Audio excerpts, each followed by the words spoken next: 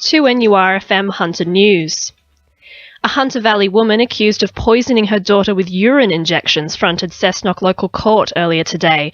The woman allegedly administered urine into the 9-year-old's jugular and in July was charged with 1 count of assault occasioning actual bodily harm and 1 count of endangering a child's life. No pleas have been answered and the court has adjourned until October 14. The child has since recovered and care proceedings will be determined in the children's court. Power station owners AGL Macquarrie are being slapped with a $15,000 fine over an ammonia spill in April this year. The Environment Protection Authority has issued the company with a fine after their third chemical spill for the year exceeded the pH limit conditions of their licence. EPA manager for the Hunter, Adam Gilligan, says the incident is not isolated and recommendations have been made. This year there have been 3 similar incidents on the site and that's why we've taken action to issue a fine on this case. We've met with senior management at AGL and we're pleased to see that they're responding with improvements to practices and procedures on site to prevent this occurring into the future. A female kangaroo has died after being shot with a sports arrow on Morisset Hospital grounds, where it was spotted by patients. RSPCA officers are currently investigating the situation and ask anyone who has information about the attackers to come forward. It is the latest in a string of attacks on native animals, with a similar incident occurring in Muswellbrook earlier this month. Sandgate-based freight company Crawford's Freight Lines is set to be the focus of an investigation following concerns from the Transport Workers Union. The company has been in the spotlight in recent months with the deaths of 2 employees on 2 separate occasions.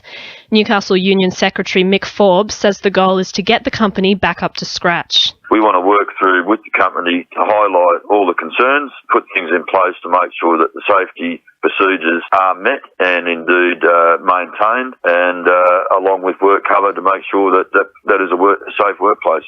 Newcastle's primary coal hauler, Pacific National, is under new management, with Brookfield Infrastructure Group announcing a full takeover. The company responsible for 70% of Newcastle coal haulage will now be controlled from Canada after a $12 billion buyout. The deal has yet to receive the green light from shareholders or the Australian Competition and Consumer Commission. Hunter Properties have proved profitable for the state government, with the selling of 6 properties bringing in more than $30 million. The region's highest selling property was the Glass House on Wharf Road, fetching $14.9 million, with the former Community Justice Centre at 58 Bolton Street going for $2.9 million. However, the state government only purchased 1 new property in the region in the same period. Wallsend MP Sonia Hornery says despite money made, not enough has come back to the community. Of the $34 million in assets sold, we haven't seen any of the benefit at all of coming back. In fact, we've seen closures. We've seen the Wallsend after hours medical service closed.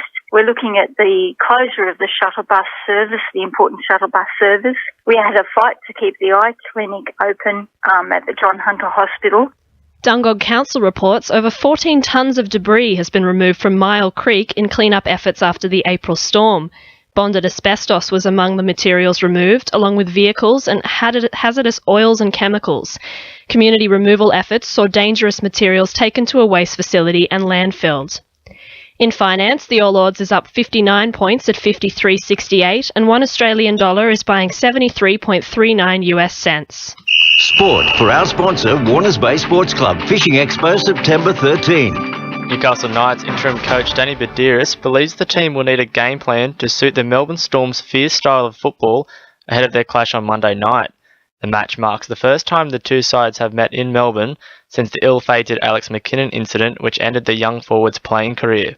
Badiris says they're monitoring a few niggling injuries ahead of the clash. Boyle reports, they're okay. So, probably Robbie Rockhow's going to see a specialist. I'm not putting him into calculations this week. Bo probably pulled up a little bit sore with an SC joint up the top here. So, just see how that pulled up today.